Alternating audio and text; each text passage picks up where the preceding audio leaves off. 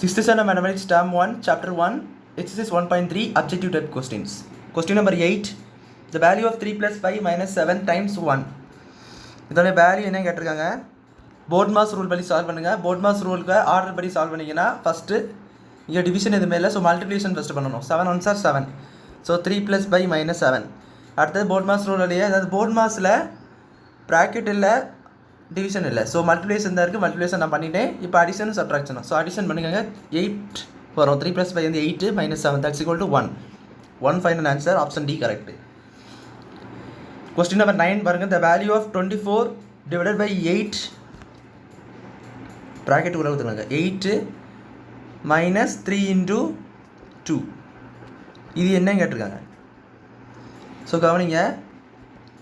இப்போ பார்த்தீங்கன்னா 24 divide by first bracket solve பண்ணணும். ஏன்னா போர்ட் மாஸ் ரூலில் ஃபஸ்ட்டு லெட்டரே பினாலே ப்ராக்கெட்டு. ஸோ ப்ராக்கெட்டுக்குள்ளே எதாக இருந்தாலும் இங்கே சால்வ் பண்ணிடணும். So 3 2s are 6. So 8 minus இந்த ப்ராக்கெட் சால்வ் பண்ணேன். 3 2s are 6. இப்போ பார்த்தீங்கன்னா 24 டிவைட் பை 8 மைனஸ் 6 என்ன 2. ஸோ இப்போ 24 2 பிரித்து பார்த்தீங்கன்னா உங்கள் ஆன்சர் வந்து 12 வரும். 12 2s are 24. ஸோ அதான் பார்த்தீங்கன்னா உங்கள் ஆன்சர் ஆப்ஷன் பி கரெக்ட். இப்போ அடுத்த பாருங்கள். Use BODMAS and put the correct operator இந்த பாக்ஸ். பிட் மாஸும் போட் மாஸும் ஒன்று தான், அது மத்திய கன்ஃபியூஷன் இல்லை. ஸோ இப்போ பாருங்கள், புட் த கரெக்ட் ஆப்ரேட்டர் இந்த பாக்ஸ். இதில் இப்போ எந்த ஆப்ரேட்டர் போட்டால் உங்களுக்கு வரும்னு கேட்டிருக்காங்க.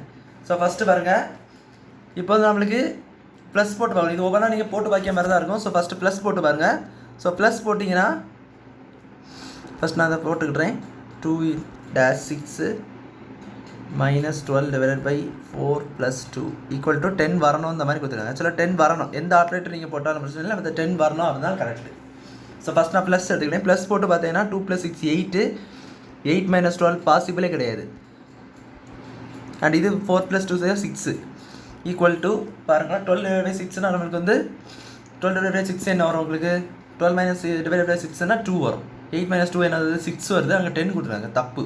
அடிஷன் தப்பு. அடிஷன் வந்து உங்களுக்கு என்னவாயிடுச்சு? தப்பாகிடுச்சு. இப்போ அடுத்தது பாருங்கள், மைனஸ் போட்டு பார்க்கணும்.